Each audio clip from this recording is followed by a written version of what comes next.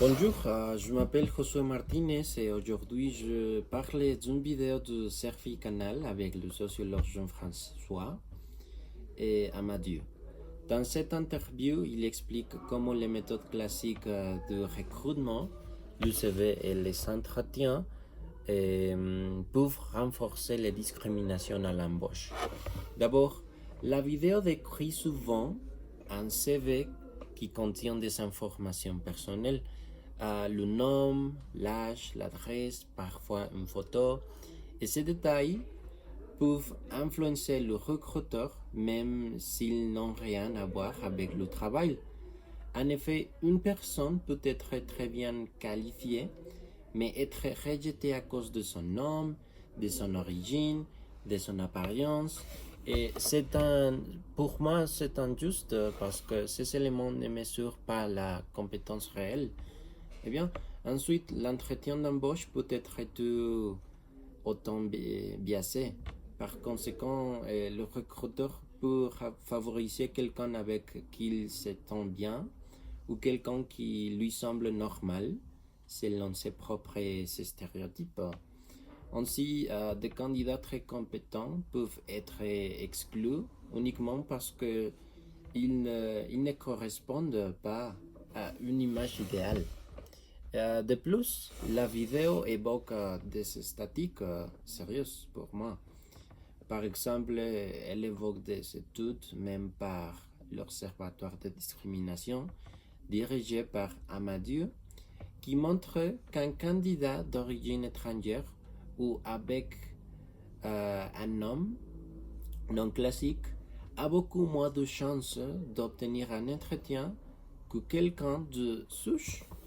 Par ailleurs, cela crée une vraie inégalité des personnes compétentes qui n'ont pas la même chance simplement à cause d'éléments externes. Et bien, cette discrimination affaiblit le principe d'égalité des chances dans le travail. Et c'est pourquoi, selon Amadieu, il faudrait réformer les processus de recrutement. Bien, il a proposé plusieurs solutions. Par exemple, anonymiser le CV, c'est une solution. Retirer le nom, l'adresse, la photo, pour que le jugement porte uniquement les compétences et l'expérience de ces personnes. De plus, utiliser des tests pratiques ou des évaluations objectives plutôt que des entretiens subjectifs. Ces méthodes réduiraient les faits liés à l'apparence ou l'origine aussi. Eh bien, à mon avis, ces réformes sont très importantes et si je devais postuler, je préférerais un système juste où je serais jugé sur ce que je sais faire, non sur un nom, sur mon visage, sur mon adresse, etc. Cependant, il faut dire que ce n'est pas simple anonymiser le CV, organiser des tests, cela demande du temps, cela demande d'efforts, et, mais aussi si cela permet de donner une vraie chance à tout le monde, selon moi, ça vaut le coup. En conclusion, cette vidéo montre clairement que les recrutements traditionnels peuvent aggraver les discriminations.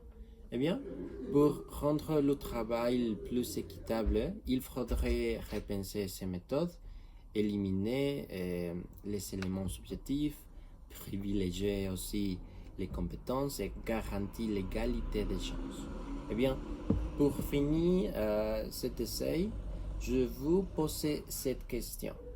Pensez-vous qu'un CV anonyme suffirait à éliminer les discriminations ou il faudrait aller plus loin